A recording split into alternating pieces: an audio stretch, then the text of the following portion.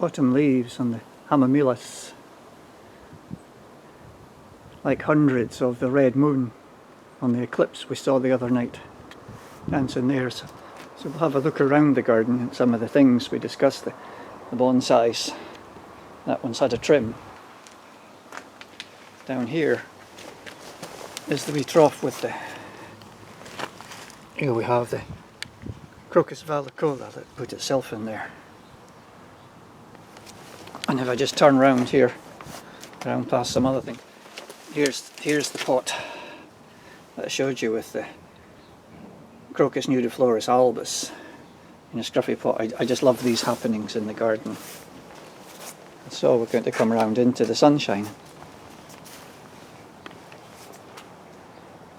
towards the bed with the Crocus nudiflorus.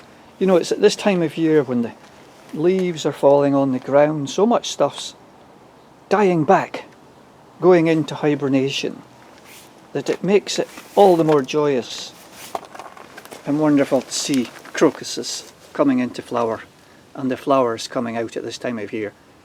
So this is the group here, the originally Orla, the white form of Crocus nudiflorus grown in a basket. All these are in plunge baskets, but there's one basket of Orla in here, and this is it basically here, it's under here. So all these other Crocus nudiflorus have run for the white ones and seeded. Seed of Crocus nudiflorus doesn't always come white.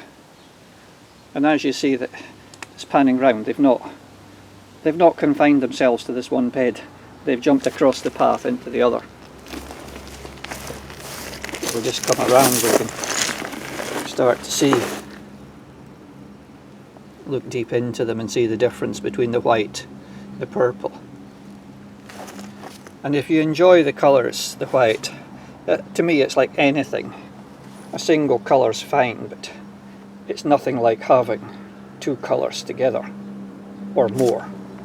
The more colours, to be honest, the better. To this Crocus nudiflorus.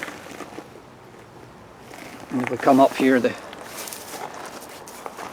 round to the raised bed, again you can see the leaves are coming off the sorbus everywhere, with a lovely big flower here, white pollen. So this is a hybrid between Crocus speciosus xantholomus and Crocus pulchellus. It's a hybrid that occurred here in the garden, and it's not an unusual one. This is more typical of Crocus speciosus xantholomus with the yellow pollen, slightly different filaments, but this one you can see the white pollen's a giveaway that this is the hybrid. So we just come across and round the, here we have Eucomis. The Eucomis here is a Eucomis bicolor. Look at how it's attracting the insects. The bees, the colchicums in the background. Well chewed leaves. Quite fortuitous it's chewed, look, because here we have a crocus coming through the leaf, the holes in the leaves. So yeah, there's lots of slugs and they enjoy these fleshy leaves. Round this, the very first start, this is a clump of Crocus agrippinum. There's a hepatica seedling in there, so it's just starting. Some of the other colchicums are up there, already in good flower. And round and down the Cyclamen hydrifoliums. This is a nice one, nice leaves, white.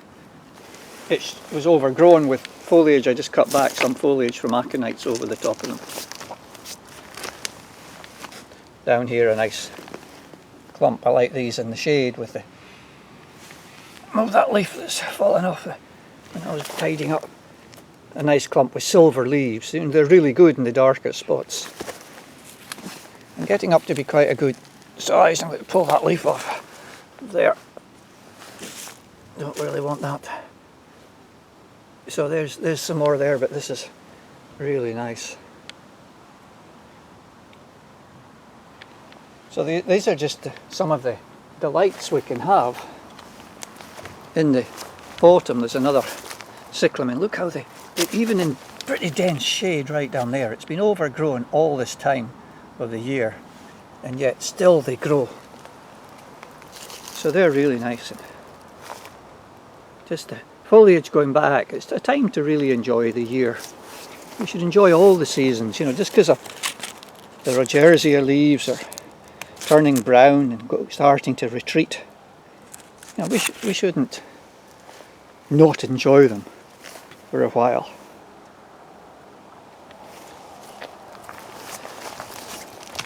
So just coming around to the first clump of Crocus, Colchicum speciosum album. This is the first ones out. We've got quite a few elsewhere. I'm just looking back up over this is the bulb bed, which I showed earlier on in a video, quite early on, as it was just coming into flower. And here it is. A lot of the old foliages I've cut back so we can enjoy the colchicums and the autumn flowering. I think I need to get more crocus into this bed of the autumn flowering crocus.